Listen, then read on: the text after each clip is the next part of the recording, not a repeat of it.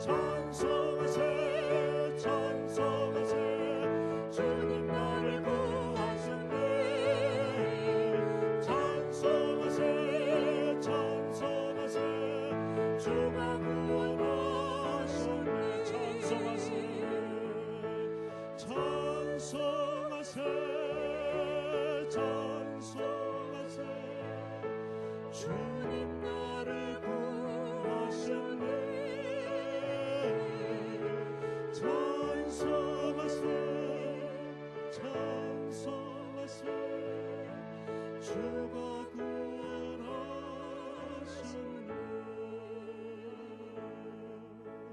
주님 큰 영광 받으소서 홀로 찬양 받으소서 모든 이름이 뛰어난 그 이름 온 땅과 하늘이 다 찬양해 겸손하게 우리 무릎 꿇고 주 이름 앞에 영광 돌리세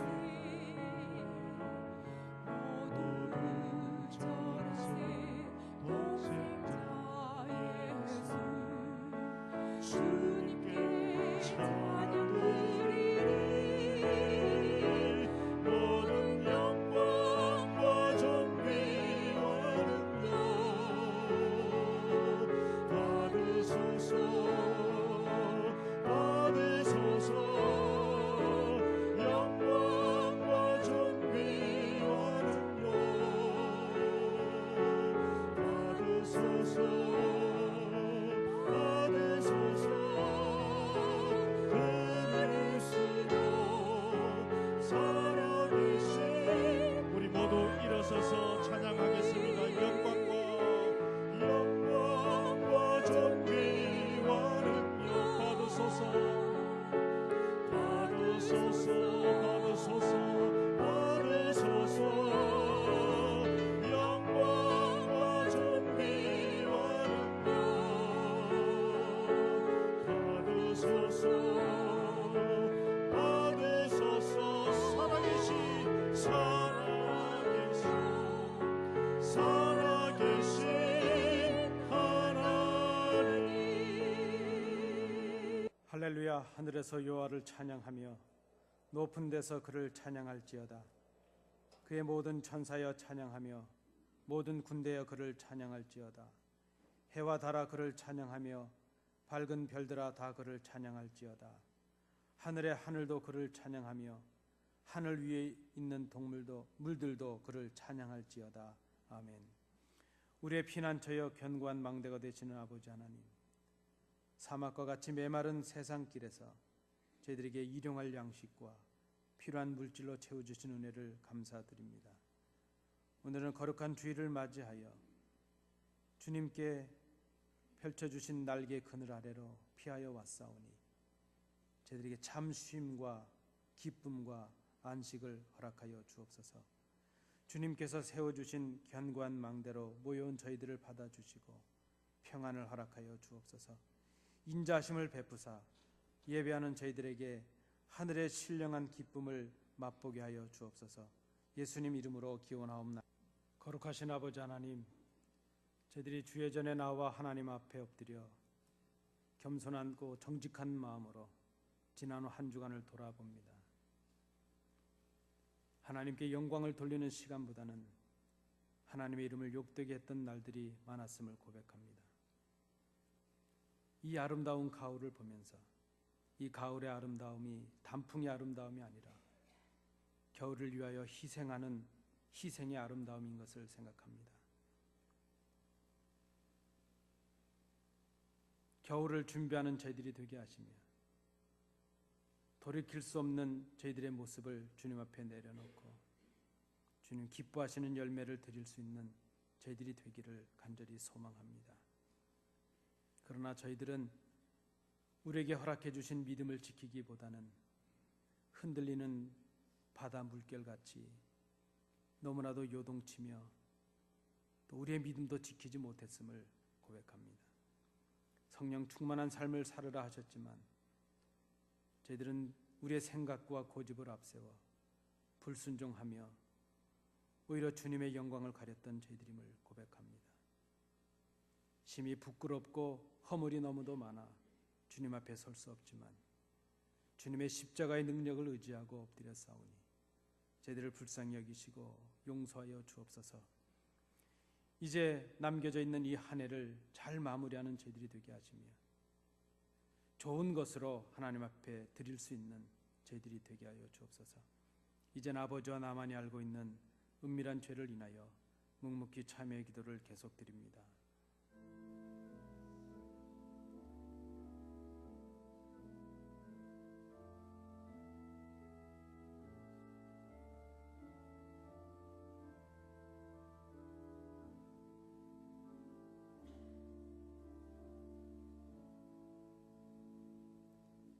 여호와께서 말씀하시되 오라 우리가 서로 변론하자.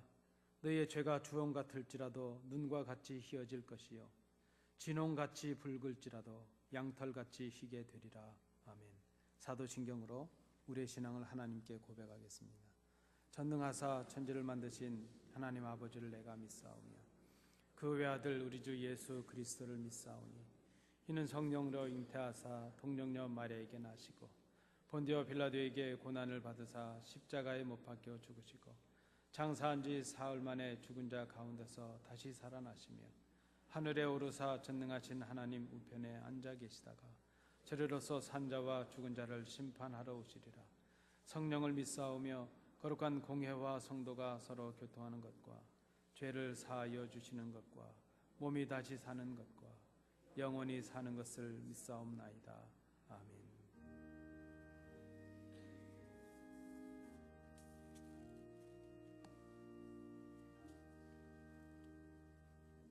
자리에 앉으셔서 교동문 45번 시편 103편 부분을 교독하시겠습니다.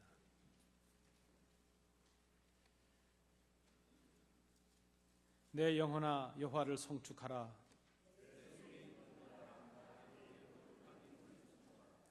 내 영혼아 여호와를 송축하며 그의 모든 은택을 잊지 말지어다.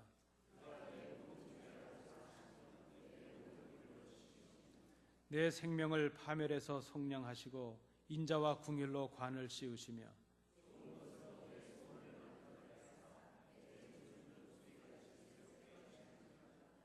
여호와는 궁율이 많으시고 은혜로우시며 노하기를 더디하시고 인자심이 풍부하시도다.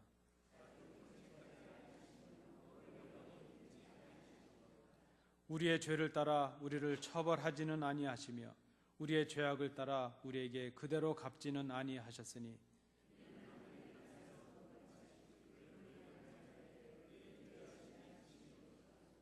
동이 서에서 먼 것 같이 우리의 죄가를 우리에게서 멀리 옮기셨으며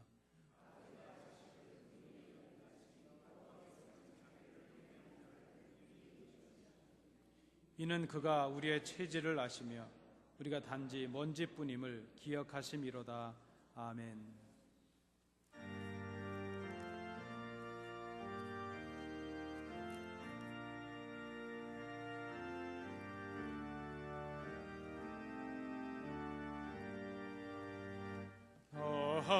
하나님께 이끌리어 일평생 주만 바라면 너 어려울 때 힘주시고 언제나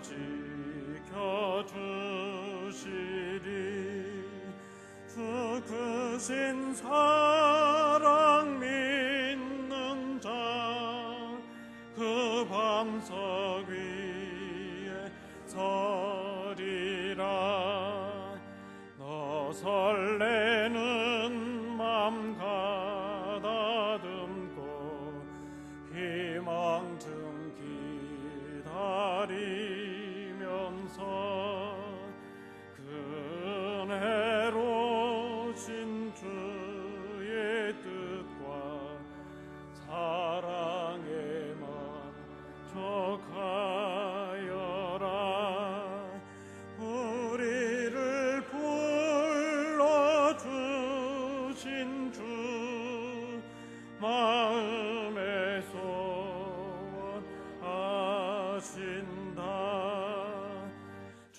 찬양하고 기도하며 내 본분 힘써 다하라. 주 약속하신 모든 은혜 내게서 이루어지리라. 참되고 의지하는 자 주께서 기여하시리. 아멘.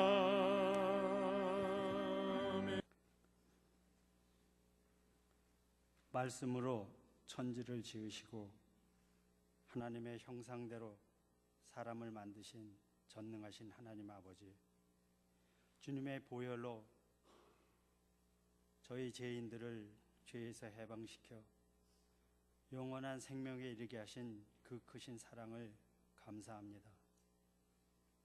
아버지의 정하신 뜻에 따라 주님의 날을 맞아 저희들을 불러 이곳에 모이게 하시고 우리에게 거저 주시는 바 그 은혜의 영광을 찬미하게 하시니 감사합니다.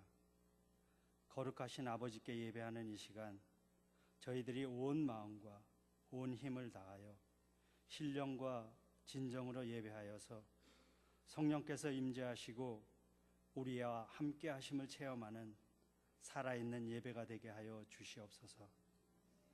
저희들이 무슨 마음을 가지고 이곳에 왔든지 모든 것 다 주님 앞에 내려놓게 하시고 비워진 마음에 오직 주님의 마음으로 가득 채우게 하여 주시옵소서. 주님께 고백한 저희들의 죄를 사하여 주시고 깨끗이 씻어 주시옵소서. 입으로는 사랑을 말하지만 오래 참지 못하고 자랑하고 교만하고 나의 유익을 구하며 사랑은 허다한 죄를 덮는다는 말씀은 알면서도 나보기에 좋은 대로만 내가 좋아하는 것만 사랑하는 믿음 없는 자 같은 저희들을 용서하여 주시옵소서.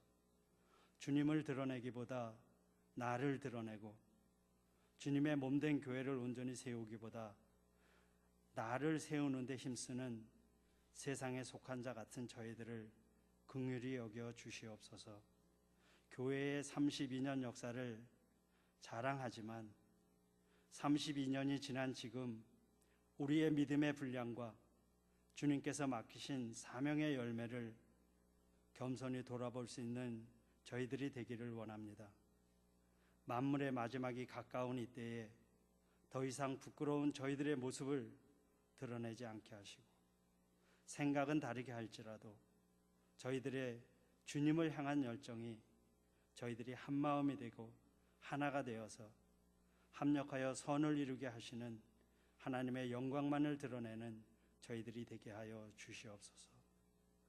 우리의 씨름은 혈과 육에 대한 것이 아니며 우리의 싸우는 병기는 육체에 속한 것이 아니요 오직 하나님의 능력임을 믿사오니 하나님의 능력을 의지하여 저희들이 세상을 이기고 주님의 몸된 교회를 온전히 세우며 주님께서 이루어 놓으신 승리를 저희도 누리게 하여 주시옵소서.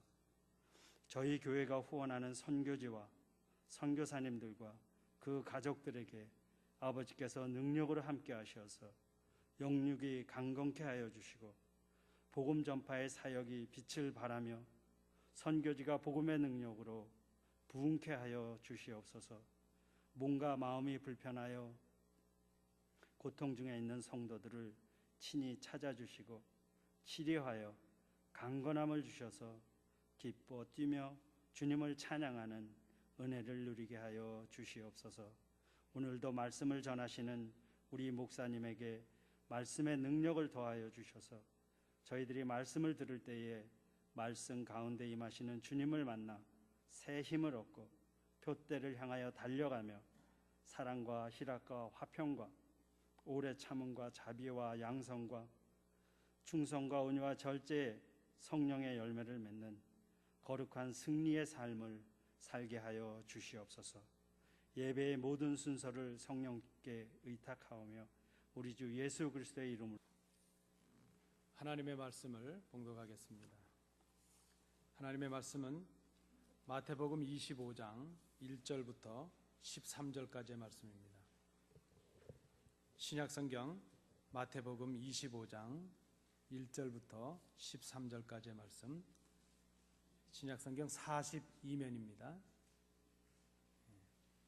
마태복음 25장 1절부터 13절까지의 말씀입니다. 우리 교독으로 봉독하시겠습니다. 그때 천국은 마치 등을 들고 신랑을 맞으러 나간 10 처녀와 같다 하리니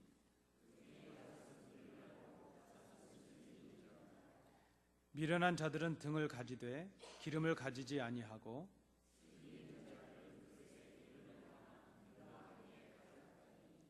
신랑이 더디 오므로 다 졸며 잘세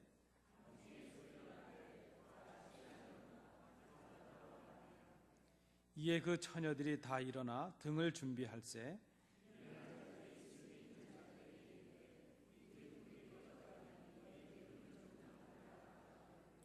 슬기 있는 자들이 대답하여 이르되 우리가 너희와 쓰기에 다 부족할까 하노니 차라리 파는 자들에게 가서 너희 쓸 것을 사라 하니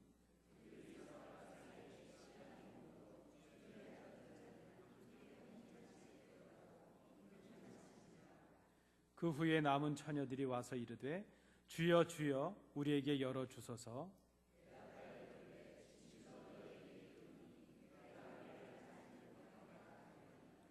함께 보시겠습니다. 그런즉 깨어 있으라 너희는 그 날과 그 때를 알지 못하느니라. 아멘.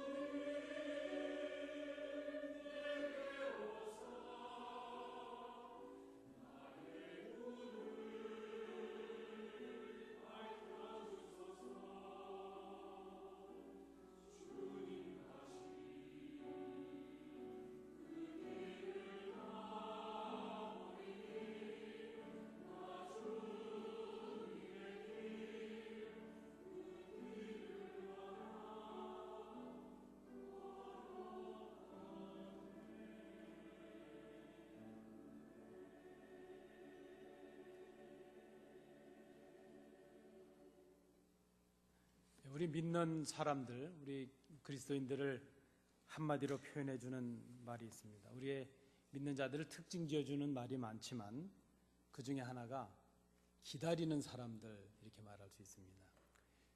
그리스도인은 누구인가? 그리스도인은 기다리는 사람이라 이렇게 말할 수 있습니다. 무엇을 기다리고 또 누구를 기다리는가? 그것이 그의 어떤 정체성을 드러내기도 합니다. 그의 지금까지 살아온 삶의 내용을 보여주기도 하고 또 그가 살아가는 삶의 목적이 무엇인가 하는 것을 그 한마디로도 우리가 알아볼 수 있습니다. 우리는 다시 오실 주님을 기다리는 그런 사람들입니다. 말씀이 육신이 되셔서 이 땅에 오신 예수를 그리스도로 믿는 사람들입니다. 그분께서 우리를 위해서 십자가에 죽으심으로 우리의 죄를 사해 주셨다는 것을 우리가 믿습니다. 그리고 그분이 곧 다시 오시는 것을 우리가 믿습니다. 우리는 다시 오실 주님을 기다리는 그런 사람들입니다. 여러분 한번 마음으로 생각해 보시겠습니까? 지금 여러분들께서 제일 기다리시는 건 무엇인가요? 혹 점심 식사 시간을 기다리신가요? 아니면 꼭 만나야 될 분이 계셔서 그분을 기다리고 계신가요? 여러분의 마음의 소원은 무엇입니까? 우리가 누군가를 만나길 원하고 혹은 무엇인가를 갈망하고 무엇을 기다리느냐에 따라서 말씀드린 대로 우리의 삶의 내용이 달라질 수도 있고 우리가 무엇을 바라보며 살아가느냐 하는 우리의 삶의 목적도 바뀔 수 있을 것이라 생각합니다. 다시 말씀드립니다. 우리는 다시 오실 주님을 기다리는 사람들입니다. 그런데 단순히 주님을 기다린다는 그 행위 자체가 중요한 것으로 보여지지 않습니다. 오늘 우리가 함께 읽으신 이 본문의 말씀을 보니까 기다리는 게 중요한 것이 아니고 지혜롭게 기다렸다가 신랑을 만나는 게 중요하죠. 잘 기다렸다가 주님을 만나는 것이 중요합니다. 주님을 기다렸다는 행위 자체가 중요하기보다는 그저 어떻게 기다려서 주님을 어떤 모양으로 만나느냐 하는 것이 참으로 중요하다는 것입니다. 우리가 성경을 통해 알고 있는 중요한 사실 중에 하나는 무엇인가 하면 주님은 반드시 오신다는 것이죠. 주님은 곧 다시 오십니다. 우리에게 종말은 반드시 있습니다. 문제는 그 때를 우리가 어떻게 준비하고 또 어떻게 오시는 주님을 맞이해야 할 것인가 하는 것이 우리에게 중요한 문제라 볼 수 있습니다. 오늘 본문에 나타나는 말씀대로 그저 결론적으로 말씀을 드린다면 지혜롭게 기다려야 된다는 것이죠. 깨어 있어야 된다는 것입니다. 그 이유는 무엇인가 하면 주님께서 언제 오실지 우리가 알지 못하기 때문이라 그랬습니다. 주님께서는 오늘 우리에게 비유로 그 마지막 주님의 오심에 대해서 비유로 말씀해 주셨습니다. 비유는 뭔가 비유이죠. 비유로 말씀했다는 것은 말씀하고자 하는 그 다른 중요한 것에 이해를 돕기 위해서 주어진 예로 우리가 받아들여야 될 것입니다. 하늘나라는 10처녀가 저마다 등불을 가지고 신랑을 맞으러 나간 것에 비길 수 있다. 그 가운데 5은 미련했고 5은 슬기로웠다. 미련한 처녀들은 등잔을 가지고는 있었지만 기름을 준비하지 못했다. 그러나 한편 슬기로운 처녀들은 등잔과 함께 기름도 잘 준비하였다가 신랑이 왔을 때 신랑과 함께 잔치에 참여하게 되었다 하는 것이 오늘 본문의 내용입니다. 근데 여러분, 이 마태복음 25장 오늘 이 본문의 말씀은 우리 성도님들께서 잘 알고 계시는 말씀입니다. 사실 우리 목사님들이 설교할 때 잘 아시는 본문으로 설교하는 건 어렵습니다. 얼마나 많이 들으셨어요? 이 본문에 대한 해석을 얼마나 많은 설교와 또 우리 성도님께서 얼마나 잘 이해하고 계십니까? 제가 한번 질문을 드리고 이 말씀을 시작하려고 합니다. 신랑은 주님을 상징적으로 말한 것으로 보여집니다. 그러면 이 신랑을 기다리는 10명의 처녀는 도대체 누구인가 하는 것이 좀 궁금합니다. 지금 신랑을 기다리고 있는 10명의 처녀들이 다 신부 후보들인지, 그러면 신랑이 도착해서 잘 기다렸던 지혜로운 사람들 중에서 자기 아내를 삼아서 지금 잔치를 하겠다는 것인지, 여러분 이 본문을 어떻게 이해하고 계십니까? 만약에 신랑이 그 10명의 처녀들 중에서 한 사람의 자기의 신부를 구하는 것이라면 성경은 잘못 이해하면 일부 다처제에 대한 얘기를 하고 있는 것처럼 보여지기도 하고, 또 10명이 다 잘 기다렸다면 그 10명을 다 아내로 삼아야 되는 것인지, 지금 웃으시는 남자 성도님들은 의미가 무엇인지 모르겠습니다. 여러분 이것이 논리적으로 잘 맞지가 않습니다. 그래서 이 본문을 우리가 잘 이해하기 위해서는 당시 결혼에 관한, 그 결혼 풍습에 관한 이해가 좀 필요합니다. 이스라엘의 결혼은 보통 3단계의 단계로 순서로 진행이 됐다고 합니다. 첫 번째 단계는 정혼의 단계입니다. 이때는 당사자들이 아닌 부모와 부모들이 그 결혼을 약속하는 단계죠. 당신의 아들과 내 딸을 이제 우리 결혼하게 하십시다 하는 것이 그 정혼이라는 것입니다. 근데 이스라엘 이 사회는 아주 엄격해서 정혼을 하게 돼도 어느 정도 구속력을 가졌다고 합니다. 그리고 그 다음의 단계는 이제 우리식으로 이해를 한다면 약혼의 단계입니다. 이때는 이제 당사자들이 직접 만나고 증인들이 이제 둘러서서 서약을 하는 것입니다. 이제 우리가 결혼을 하기로 약속합니다. 이렇게 약속을 합니다. 그 약혼이 지나고 나면 한 1년쯤 지나서 결혼식을 하게 됩니다. 그렇게 돼야 이제 정식 부부가 되는 것이죠. 그런데 이렇게 약혼까지 하게 되면, 우리가 쉽게 이해하는 그 정혼을 하게 되면 거의 부부와 같은 법적인 그런 관계가 되었다는 것입니다. 물론 한 집에서 살지는 않았겠죠. 결혼식을 마치고서야 한 집에 살게 됩니다. 자, 이 결혼식을 하게 되면 신랑은 자기의 집을 떠나서 신부의 집으로 갑니다. 그래서 신부를 데리고 자기의 집으로 옵니다. 그리고 우리처럼 잠깐 결혼식하고 끝나는 것이 아니고 일주일 내내, 아주 영향력 있는 사람들은 일주일 이상 잔치를 베풉니다. 그래서 그 결혼식의 잔치를 오랫동안 함으로 인해서 결혼식을 하게 된다는 것입니다. 그러면 이 결혼 잔치에 초대되는 사람들이 있습니다. 신랑의 친구들이나 신부의 친구들은 이 결혼식 잔치에 초대가 됩니다.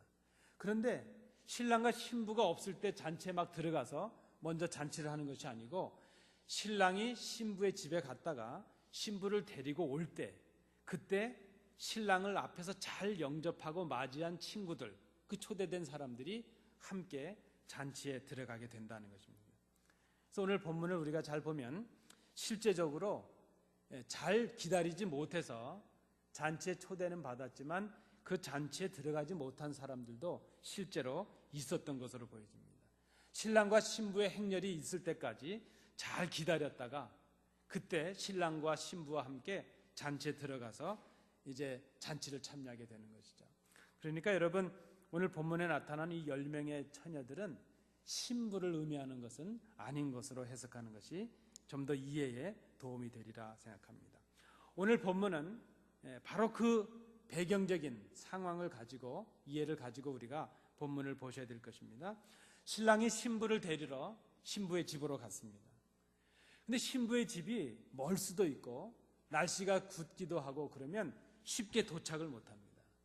잔치는 신랑이 도착하면 결혼식을 하고 잔치를 하려고 다 준비는 하고 있지만은 신랑과 신부가 도착을 해야 되니까 그때까지 기다려야 됩니다. 그런데 언제 도착할지를 알 수가 없습니다. 그래서 신랑과 신부가 도착할 때까지 그 초대된 사람들은 그 자리, 신랑과 신부가 오는 길목에 서서 그들을 영접할 준비를 해야 됩니다. 근데 오늘 본문에 보니까 등불을 준비한 것으로 봐서는 신랑과 신부가 낮에 도착할 수도 있지만은 밤에 도착할 수도 있으니까 그 신랑과 신부를 영접할 등불과 기름을 준비하는 것도 기다리는 사람들이 해야 되는 그런 준비로 보여집니다. 오늘 이 본문을 우리가 그런 그 이해를 가지고 다시 오실 주님을 기다리는 우리 교회, 우리 성도의 입장에서 이 본문을 다시 한번 해석해 봐야 될 것입니다. 우리는 지금 이 이야기를, 이 비유의 이야기를 들으면서 좀 이렇게 좀 분명하게 이해가 잘 안 되는 부분이 있습니다. 그러나 이 말씀을 듣고 있었던 당시의 그 독자들 혹은 그 주님의 말씀을 듣던 사람들은 분명하게 그 의미를 알고 있었을 것입니다. 주님께서는 당시 다 알고 있는 이런 풍습을 이용하셔서 결혼의 풍습을 통해서 이제 당신께서 곧 다시 오신다는, 그리고 다시 오실 그 주님을 기다리는 성도들이 어떻게 해야 될 것인가 하는 것을 말씀해 주신 본문이 바로 오늘 본문이라 이렇게 볼 수 있습니다. 이 비유에서 보면 신랑은 누구일까요? 다시 오실 주님을 가리킵니다. 그리고 열처녀는 누구일까요? 다시 오실 주님을 기다리는 성도들을 말합니다. 다시 오실 주님을 기다리는 이 땅의 교회들이 바로 기다리고 있는 처녀들로 비유가 된 것으로 보여집니다. 그러니까 잘 기다려서 주님과 함께 잔치에 들어가는 성도가 있고, 기다린다고 기다리긴 했는데 지혜롭게 기다리지 못해서 잔치에 들어가지 못하는 성도들도, 교인들도 있을 수 있다는 것이죠. 보이는 교회가 있고 보이지 않는 교회가 있습니다. 한 밭에 가라지도 있고 곡식도 같이 있습니다. 그러나 주인은 마지막 때까지 그냥 섞어두는 것이죠. 그래서 오늘 본문에도 보면 같이 기다렸는데 잔치에 들어가는 지혜로운 사람들도 있지만 들어가지 못한, 슬기롭지 못한 그런 사람들도 있었다는 것을 오늘 본문이 말씀하고 있습니다. 여러분, 기다리는 것이 쉽지 않다는 것을 우리가 이 본문을 통해서 생각해 봅니다. 그런 의미에서 보면 잘 기다리는 사람이 성도입니다. 잘 기다리는 교회가 참 교회입니다. 기다리고 있다는 모양이 중요한 것이 아닙니다. 내가 기다렸다는 그것이 중요한 것이 아니고 신랑을 만나도록 지혜롭게 기다렸느냐 하는 것이 중요합니다. 신랑을 만나지 못한 사람들, 신랑이 도착했을 때 그 자리를 지키지 못했던 사람들, 등불을 준비하지 못한 사람들, 그 사람들은 잔치 자리에 들어가지 못한다는 것입니다. 믿음의 모양도 있고 교회도 다니고 있고 성경도 읽고 기도하고 있다는 우리의 신앙의 행위가 있다는 것, 그것 가지고는 부족하다는 말씀입니다. 우리가 입술로 고백하는 우리의 신앙의 고백이 삶으로 이어지고 신앙의 능력이 삶에 나타나지 않는다면, 그런 진정한 신앙인의 능력이 없다면 그저 단순히 기다리는 것으로 끝날 수 있다는 것을 생각합니다.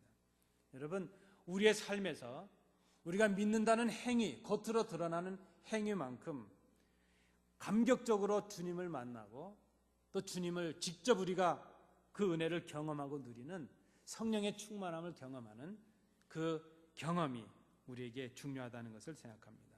오늘 본문을 통해서 우리가 다시 오실 주님을 기다리는 사람들이라면 그저 기다리다가 헛수고해서 잔치에 들어가지 못하는 사람이 아니라 정말 오실 주님을 만나고 그 주님의 잔치에 들어가는 사람이 되기 위해서 우리는 어떻게 지혜로운 기다림을 갖는 사람들이 될 것인가, 오늘 본문을 통해서 생각해 봅니다.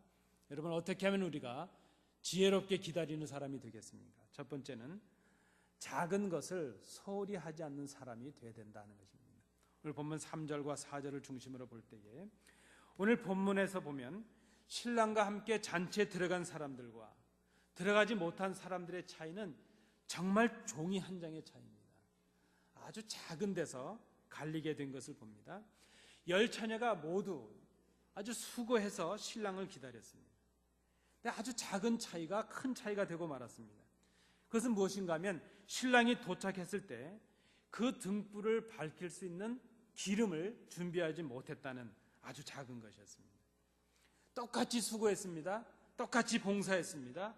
같은 교회 다녔고 같은 자리에서 봉사했고 함께 신앙생활을 했습니다. 등잔도 준비를 했습니다. 겉모습을 보면 똑같습니다. 믿는다는 모양도 있고 수고도 있었습니다. 그런데 정작 그 모양에 걸맞는 성도다운 삶이 없었습니다. 믿음에 걸맞는, 우리의 고백에 걸맞는 믿음의 삶이 없었고 성령님의 인도하심에 순종함이 없었고 우리에게 주신 말씀을 우리 삶에서 실천하는 말씀의 능력이 우리 삶 속에 나타나지 못했습니다. 그 작은 차이가 하나님의 그 잔치에 들어가고 못 가고의 차이가 되고 말았습니다. 근데 지혜로운 신자들은 그렇지 않습니다. 그들의 등불에 기름이 충만합니다. 믿음과 삶이 일치합니다. 입술로 고백하는 그들의 고백이 삶으로 이어지고 있습니다. 그들이 깨달은 말씀이 삶 속에 순종이 되고 있습니다. 우린 이런 사람들을 진짜 교회요, 진짜 성도라 이렇게 말합니다. 보여지는 교회가 아니라 하나님께서 인정하시는 하나님의 능력을 행하는 교회가 진정한 교회인 것을 우리가 생각합니다. 여러분, 간혹 우리가 무슨 일을 하시다 보면 일이 좀 잘 안 될 때가 있습니다. 우리가 실수할 때도 있고 실패할 때도 있습니다. 근데 우리는 무엇인가 실수를 하거나 실패하게 되면 아주 큰 것이 잘못되어서 이렇게 됐다 이렇게 생각을 합니다. 근데 나중에 우리가 좀 정신을 차리고 왜 실패했는가, 왜 실수했는가 하는 것을 잘 따져보면 그 실패와 실수의 원인이 아주 작은 것에서 시작되고 있는 것을 봅니다. 여러분, 어제 우리 교회에서 연극을 했는데 이 앞에 길이 아마 수도가 터져서 아주 길이 막힐 정도로 물이 많이 샜다고 합니다. 여러분, 처음에 그 수도관, 그 큰 수도관이 물이 그렇게 넘치도록 새는 그 이유는 아주 작은 바늘구멍 같은 구멍을 막지 못해서 시작이 되는 것이죠. 우리 살아가는 일들이 그렇지 않습니까? 사람들은 보통 큰 것에 관심이 있고 아주 큰 일을 중요하게 생각합니다. 그런데 실상 문제는 작은 것을 무시하고 소홀히 하는 데서 찾아지는 것을 봅니다. 사람들은 큰 것에 관심이 많습니다. 나에게 맡겨진 일이 작은 일이라고 나를 무시한다고 생각할 때도 있습니다. 나는 큰 일을 하는 사람이지 작은 것 맡겨주면 안 한다 이렇게 하는 분들도 있습니다. 그런데 여러분, 실상 우리의 문제는 작은 일이 맡겨질 때 그 일을 감당하지 못하는 데서 시작이 됩니다. 그리고요, 작은 일에 충성하지 못하는 사람에게 큰 일을 충성할 기회는 맡겨지지 않은 것입니다. 내가 작은 일에 그 최선을 다하지 못하면 큰 일을 맡아도 책임을 다할 수가 없다는 것이죠. 작은 일에 성공적인 그 경험을 갖지 못한 사람은 큰 일에서도 성공적인 경험을 할 수 없다는 것입니다. 다른 사람들이 다 주목하는 일, 하면 이름이 나고 칭찬을 받고 대접을 받고 명예가 드러나는 일, 우리는 그런 일들에 참 익숙합니다. 그런데 아무도 알아주지 않는 일, 그저 숨어서 해야 되는 일, 그저 대접도 받지 못하는 일, 아주 작다고 여겨지는 일, 그런 일들은 우리는 잘 하지 않으려고 합니다. 그런데 정말 중요한 것은 바로 그런 일들이라 하는 것이죠. 작은 것을 잘 준비하는 신앙, 이 사람이 성숙한 신앙인입니다. 여러분, 저는 어릴 때 그 한 울에 살던 그 동네 아저씨 한 분을 기억합니다. 그분은 철도에서 기차역에서 일하시는 분이셨는데 그분의 직함은 수장이라는 것으로 제가 기억을 합니다. 그분은 뭐 사무실도 없습니다. 사실은 기차가 오가는 그 간이역 중간중간에 계시다가 기차가 정차해서 멈춰서면 그 짧은 시간 동안에 그 작업하는 분들과 함께 기차에 이상이 없는지 점검하는 것입니다. 근데 그분이 주로 하는 일이 무엇인가 하면 약간 좀 큰 그 망치죠. 아마 작은 해머 같은 그 망치를 들고 다니시다가 기차가 서면 그저 걸어가시면서 기차를 한 번씩 때리시는 겁니다. 쿵쿵 때리시면서 저만큼 지나가시다가 때리다가 소리가 이상하면 기관사에게 정차를 하고 빨리 점검을 하는 것입니다. 제가 한 번은 여쭤본 일이 있습니다. 아저씨, 그거 두드리면 아세요? 근데 그분의 말씀이 이 기차를 그 쇠망치로 이렇게 두들겨 보시면 소리를 듣고 기차에 어디가 문제가 있다는 걸 아신다는 겁니다. 기차가 운행되면 안 될 정도의 심각한 문제가 망치 한번 두드리는 것으로 소리로 분별을 하신다는 것이죠. 그분은 때약볕이 되건 비가 오건 눈이 오건 그저 늘 밖에 계시다가 기차가 지나가서 서면 두드리는 게 일이십니다. 평생 두드리고 월급을 받으신 분이죠. 얼마나 하찮은 일이겠습니까? 그런데 그 일이 대형 사고를 막는 가장 기본적인 점검이 된다는 것입니다. 여러분, 우리 교회도 큰 일도 있고 작은 일도 있습니다. 그러나 작은 일에 기초하지 않은 큰 일은 없습니다. 작은 것에 충성하지 않는 사람은 큰 일을 맡을 수가 없습니다. 우리에게 지금 내가 있는 곳에, 내가 서 있는 이 자리에 맡겨진 작은 일에 최선을 다하는 것, 그것이 다시 오실 주님을 기다리는 지혜로운 사람의 첫 번째 모습이라는 것을 우리가 생각해야 될 것입니다. 두 번째, 어떻게 하면 우리가 지혜로운 기다리는 사람들이 될 것인가? 두 번째는요, 5절부터 8절까지의 내용을 통해서 이렇게 말씀을 정해보았습니다. 이번에는 저를 한번 따라해 주시기 바랍니다. 자신이 준비할 것은 스스로 준비하는 사람이다. 여러분 고맙습니다. 오늘 본문에 보니까요, 기름을 준비하지 못한 5 처녀들이 신랑이 도착했는데 애간장이 탑니다. 자기 등불에 기름이 다 떨어져서 이제 불이 곧 꺼지게 된 것이죠. 그래서 옆에 있던 동무들에게, 같이 기다리던 사람들에게 이렇게 간청을 합니다. 야, 지금 우리 등불이 꺼져가게 됐으니 기름을 좀 나눠달라, 이렇게 간청을 합니다. 그때 기름을 충분히 준비하고 있었던 슬기로운 처녀들의 대답이 얼마나 냉정한지 모릅니다. 이렇게 대답을 합니다. 우리의 것을 나눠주면 너도 부족해지고 나도 부족해져서 다 못 쓰게 될 것이니까 차라리 너희가 쓸 것은 가게에 가서 좀 새로 사오라, 그렇게 말을 했다는 것입니다. 여러분, 이 세상에는 우리가 빌려 쓸 수 있는 것이 있고 우리가 빌릴 수 없는 것들이 있습니다. 여러분, 우리가 쉽게 빌려 쓸 수 있는 것들이 어떤 게 있을까요? 여러분, 어떤 것을 빌려서 쓰시나요? 얼마나 많습니까? 다른 사람의 명예를 잠깐 빌릴 수도 있고, 여러분, 돈도 빌릴 수 있죠. 다른 사람의 돈도 빌릴 수 있고, 다른 사람의 힘과 능력도 우리가 빌려 쓸 수 있습니다. 그런데 여러분, 사실 빌려 쓸 수 있는 것은 그렇게 귀한 게 아닙니다. 이 세상에는 우리가 빌려 쓰지 못할 것들이 얼마나 많은지 모릅니다. 여러분, 우리가 빌려 쓸 수 없는 것들이 어떤 것이 있습니까? 그 무엇보다도 하나님과 우리의 관계를 설명해 줄 수 있는 신앙은 다른 사람들 것을 빌려 쓸 수가 없습니다. 우리 어머니, 우리 아버지가 장로님이었고 권사님이었고, 우리 아버님은 목사님이었는데 그분의 믿음으로 나는 충분하지. 그분의 믿음은 그분의 믿음입니다. 부모님의 믿음이라 할지라도 우리가 빌려서 내 믿음으로 할 수 없다는 것입니다. 또 우리가 함께 바꿔 쓸 수 없는 게 뭐가 있을까요? 빌려 쓸 수 없는 것. 우리의 생명을 함께 빌려 쓸 수 없습니다. 주님 앞에서 내가 영생을 받고 생명을 얻는 것은 오직 내 몫입니다. 다른 사람의 믿음으로 우리가 영생을 얻을 수도 없습니다. 빌려 쓸 수 있는 것이 있고 빌려 쓸 수 없는 것이 있습니다. 또 어떤 게 있겠습니까? 내 인격과 내 품성은 다른 사람의 것으로 대체할 수가 없습니다. 내 삶의 됨됨이는 내가 갖춰야 되는 것입니다.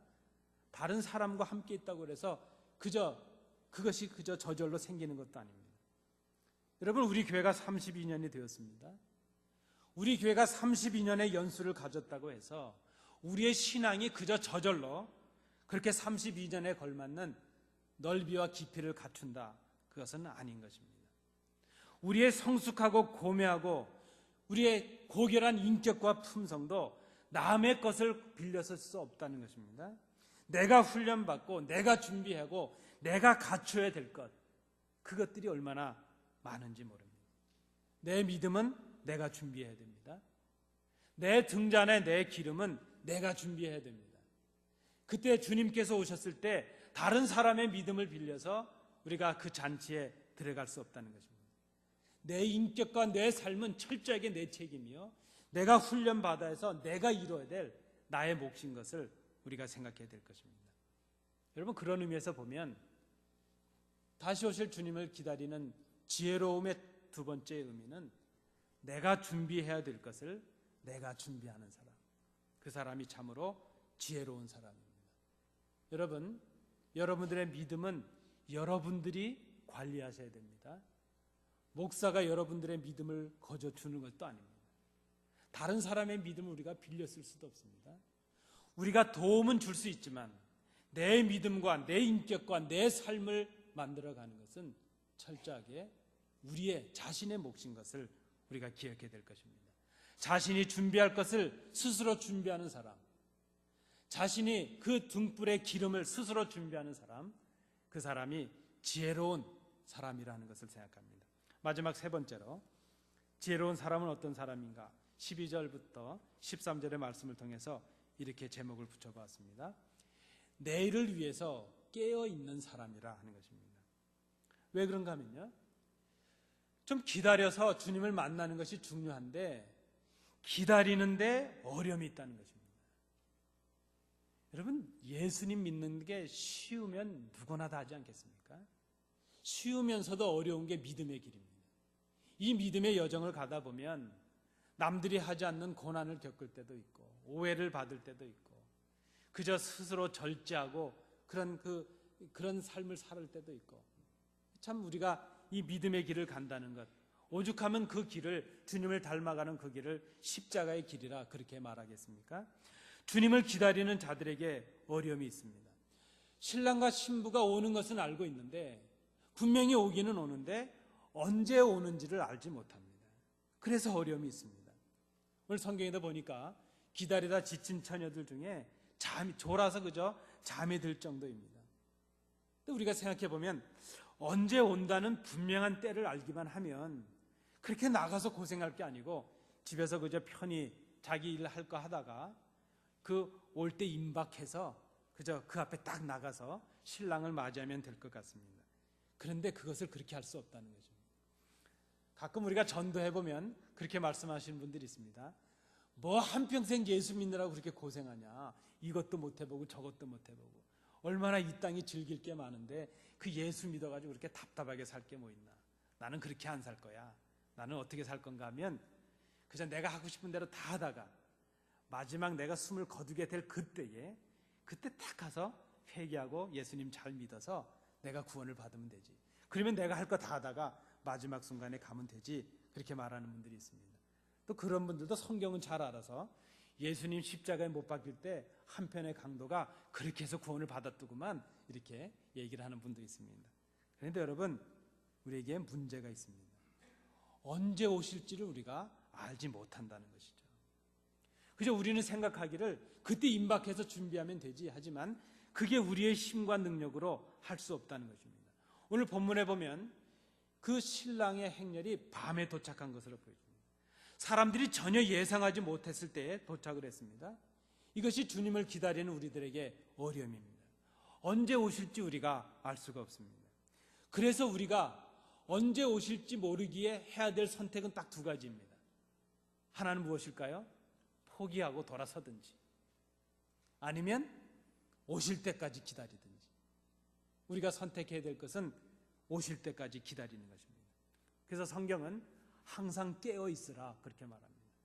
언제 신랑이 올지 모르니까 우리가 늘 깨어 있어야 된다는 그 말씀을 합니다. 자, 또 하나의 어려움이 있습니다. 또 하나 어려움이 있는데 그것이 무엇인가 하면 때를 놓치면 늦어진다는 것입니다.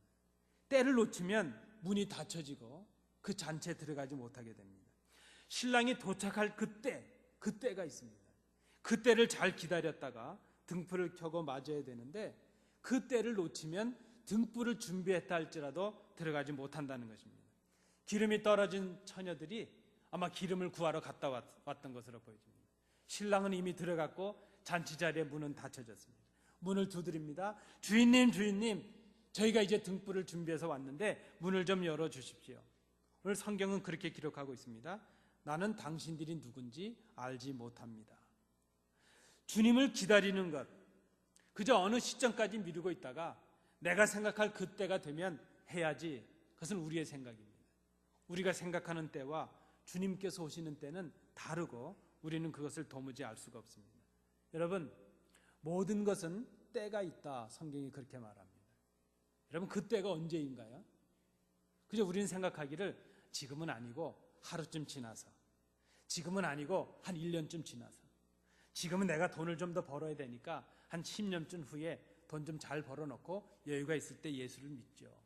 근데 여러분, 그때는 바로 지금입니다. 지금을 놓치면 우리가 다시는 기회를 갖지 못합니다. 내일과 10년 후를 우리가 장담할 수 없습니다. 지금 우리가 감당할 수 있고 지금 우리가 확실하게 지킬 수 있는 그때는 바로 지금뿐입니다. 그래서 우리는 지금 기다려야 됩니다. 지금의 때를 놓치지 않는 우리 성도들이 되시기 바랍니다. 신앙의 준비도 그러하지 않겠습니까? 그때가 바로 지금입니다. 지금을 놓치면 우리는 기회를 잃고 말 것입니다. 교회 일도 그렇고 우리 가정의 일도 그렇고 우리 개인의 일도 그렇습니다. 지금이 바로 그 때입니다. 때를 모르기에 우리가 가장 확실하게 알 수 있는 그때, 바로 지금 우리가 오시는 주님을 기다리고 또 예비하는 우리 성도들이 되어야 될 것입니다. 오늘 말씀을 통해 볼 때 이렇게 정리를 하고 싶습니다. 어떤 교회가 참 아름다운 교회인가? 어떤 교회가 좋은 교회인가? 여러분, 잘 기다리는 교회가 좋은 교회입니다. 잘 기다리는 교회. 어떤 성도가 진짜 성도입니까? 지혜롭게 기다리는 성도들이 진짜 성도입니다.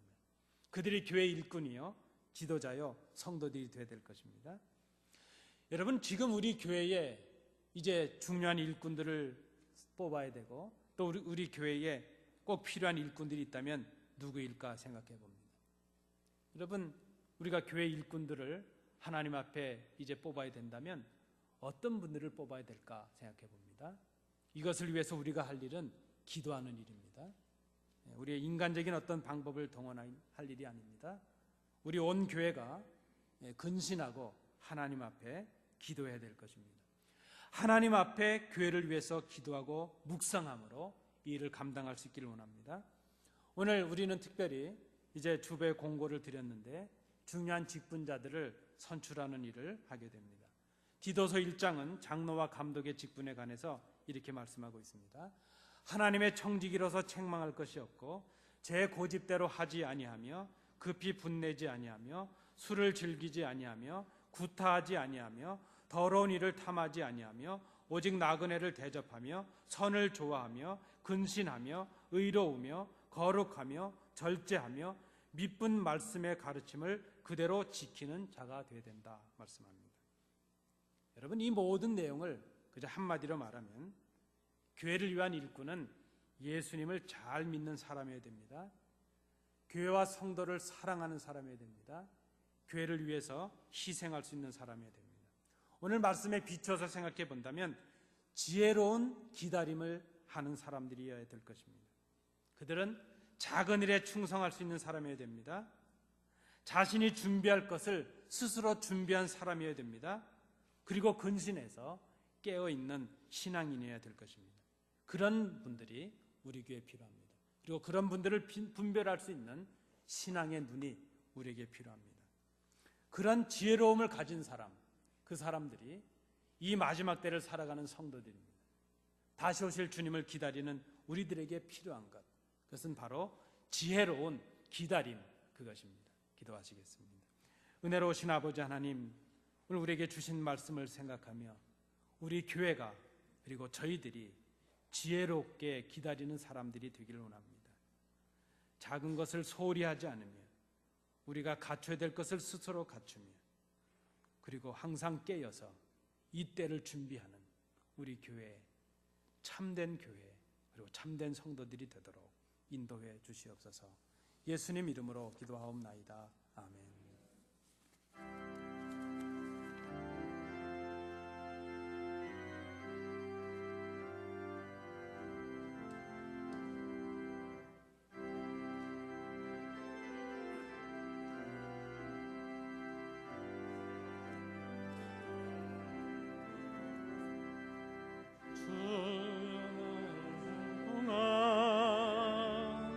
인도하여 주소서.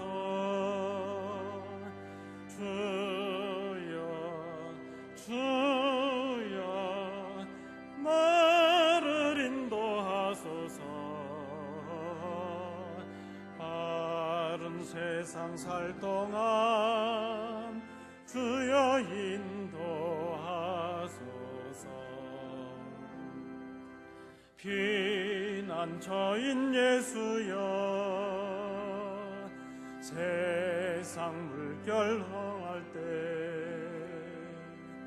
그 신은혜 베푸사 나를 숨겨주소서. 주여 나를 인도하소서. 세상 살 동안 주여 인도하소. 세상 풍파 지난 후 영화로운 나라와 흠물 없는 곳으로 들어가게 하소서.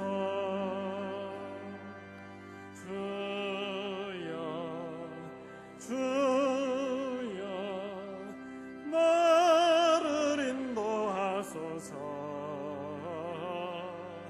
바른 세상 살 동안 주여 인도하소. 1절 한 번 더 하겠습니다. 주의 곁에 있을 때 마음이 든든하오니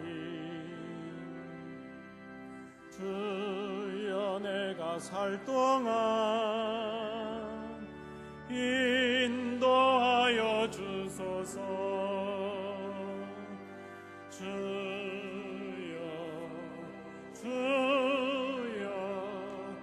나를 인도하소서. 세상 살 동안 주여 인도하소서.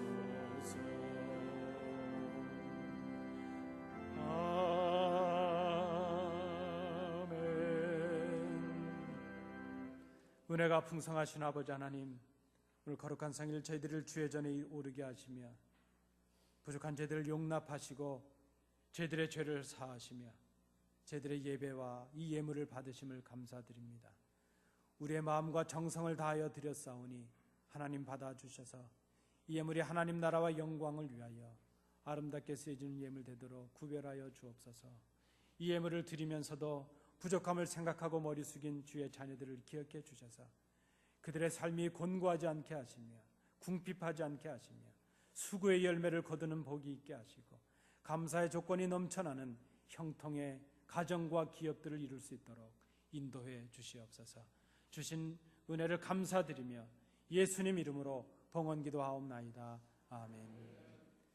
감사합니다. 자리에 앉으시겠습니다. 우리 오늘 함께 예배하신 성도님들 인사하실 때 좌우로 보시면서 인사하시겠는데요. 오늘 이렇게 인사하시겠습니다. 잘 왜 웃으세요? 잘 기다리는 성도들이 됩시다. 이렇게 예, 감사합니다. 예, 고맙습니다. 예. 여러분, 무언가를 기다릴 수 있다는 것이 얼마나 기쁨입니까? 기다릴 소망이 없는 사람들은 얼마나 불쌍합니까? 우리는 기다릴 것들이 많습니다. 자, 오늘 교회 생활은 주보를 참조해 주시기 바랍니다. 오늘 우리 교회에 새로 오신 분들 또 방문해 주신 분들 환영합니다. 마음이 허락하시면 우리 안내를 좀 받으셔서 등록해 주셔도 감사하겠습니다. 특별히 우리 소개해 드릴 분은 우리 찬양대에 새로운 좀 얼굴들이 보이시는데요. 우리 이규영 선생님 잠깐 일어서 주시겠습니까? 또 우리 김주혜 선생님, 예, 우리 찬양대에서 새로 봉사하실 분들입니다. 감사를 드립니다.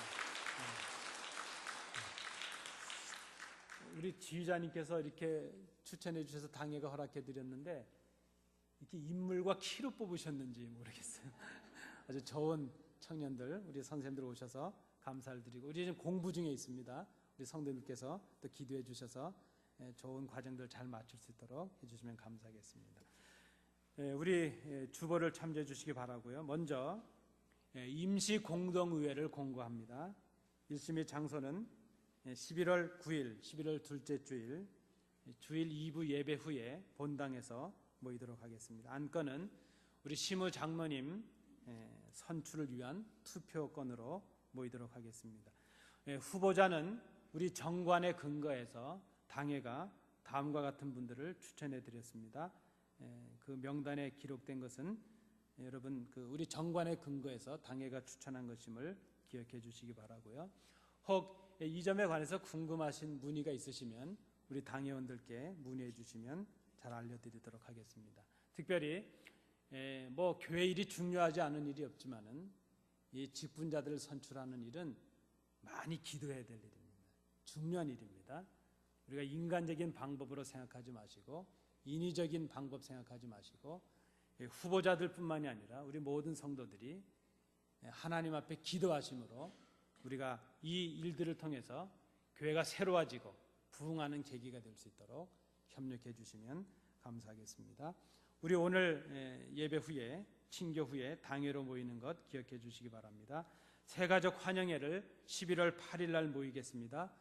시간이 5시라고 했는데 조금 1시간 늦추도록 하겠습니다. 일하시고 오시는 분들이 좀 불편함이 있으셨습니다. 시간 변경된 것도 기억해 주시기 바랍니다. 그리고 한 가지 더 기억하실 것은 지난번에 우리가 1시간을 뺏기셨던 것들 제가 1시간 더 주무시도록 돌려드리도록 하겠습니다. 그래서 이번 다음 주일 오실 때는 아예 토요일 주무실 때 시간 제가 좀 우리 목사님께서 예를 들어서 써주셨습니다. 새벽 1시를 12시로 맞춰 놓으시고 주무시면 되겠습니다. 그리고 여러분 우리 다음 주부터는 이제 지금까지 하던 헌금 이렇게 우리가 헌금함을 이제 바구니를 돌렸는데요. 다음 주부터는 저 뒤에 입장하실 때 함을 놓도록 하겠습니다. 그래서 오시면서 헌금을 준비하셨다가 함에 넣어주시면 우리 위원들께서 이제 봉헌만 하셔서 기도할 수 있도록 그렇게 하겠습니다. 그래서 예물을 미리 준비하셨다가 함에 넣어주시면 감사하겠습니다. 예, 이제 혹시 다른 광고 제가 빠뜨린 거 있겠습니까? 예. 어제 우리 극단 MAT라는 곳에서 와서 어제 뮤지컬을 했습니다. 근데 제가 얼추 봐도 100여 분이 넘게 우리 많은 성도님들과 손님들이 참여하셔서 아주 은혜로운 연극을 우리가 받았습니다. 그리고 헌금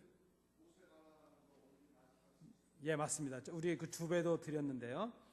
우리가 12월 달에 12월 13일로 기억을 하고 있습니다. 우리 그 랑카스타 지역에 그 모세 뮤지컬 관람하는 일이 있는데 여러분 신청 안 하신 분들은 오늘까지 신청해 주셔야 됩니다. 오늘로 마감하고 준비하도록 그렇게 하겠습니다. 이제 우리 다른 광고 없으시면 다 일어나셔서 주기도문 찬양하겠습니다.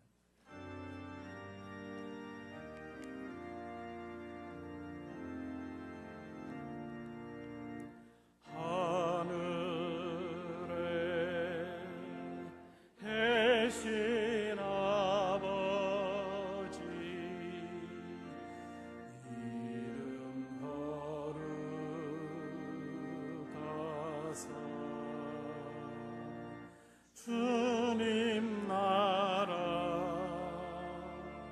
임하시고 뜻이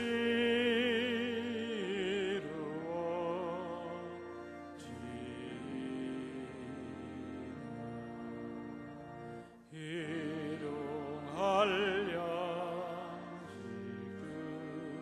양식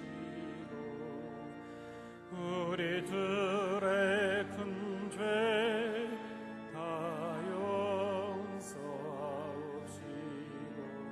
또 시험에 들게 마시고 악에서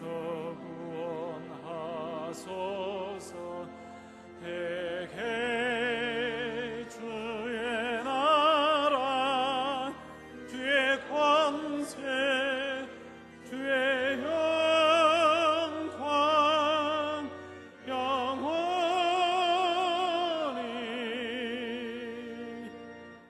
아멘.